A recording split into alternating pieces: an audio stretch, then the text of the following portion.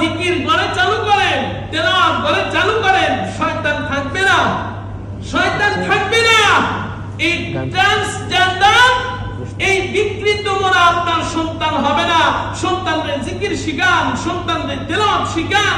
খালি শিখাইয়েন না, খালি হুজুর বানান করে মাসে বছরে 1 মাস রোজার মাস কোরআন শিখাইলেন, শিখলো, শেষ।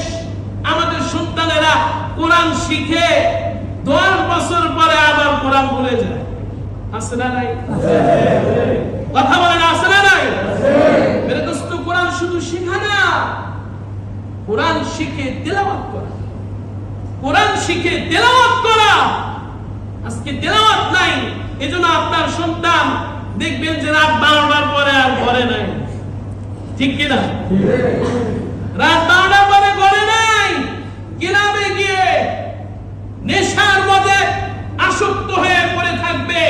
এই সন্তান একদিন দেখবেন এই একলক খানের মতো শাড়ি পরে, ব্লাউজ কাপড় পরে, পুরুষ থেকে পরিবর্তন হয়ে মহিলা সেজে সমাজে ঘুরবে। নাউজুবিল্লাহ বলবেন, আলোচনা করেন। এই জন্য মেরে দোস্ত, আমি সবার কাছে একটা জিনিস খুব বিরুদ্ধ অনুরোধ করে বলবো, আমার ঘর আমানত, আমার সন্তান আমার আমানত। এই সন্তান কে দিচ্ছে? আল্লাহ। বলেন কে? এটা আমার আল্লাহ প্রদত্ত আমানত।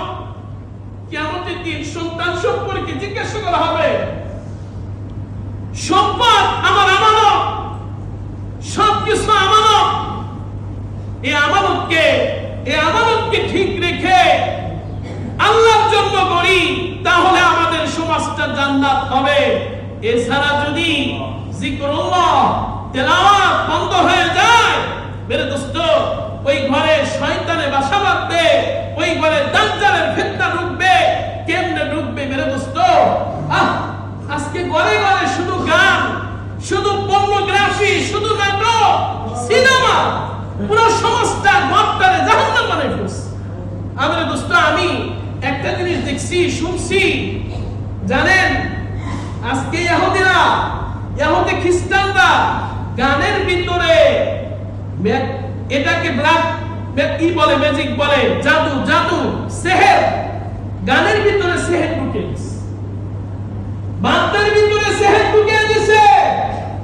আপনি গান শুনবেন, সেহের আক্রান্ত হবে, গুনাহে মত্ত হয়ে যাবেন, ফিরতে পারবেন না। মেরে দোস্ত, প্রত্যেকটা ঘরে ঘরে অশান্তি। এই জন্য মেরে দোস্ত, মোবাইলে ঘরে গান শোনা যাবে না। কথা বলে না, গান শোনা যাবে না। এখন থেকে তেলাওয়াত চালু করেন, জিকির চালু করেন, নিজেরা জিকির করেন, তেলাওয়াত করেন, ঘরের ভিত্তি তেলাওয়াত চালু করে দেন। পরিবর্তন করা মালিক কে? আল্লাহ। পরিবর্তন করা মালিক কে? আল্লাহ।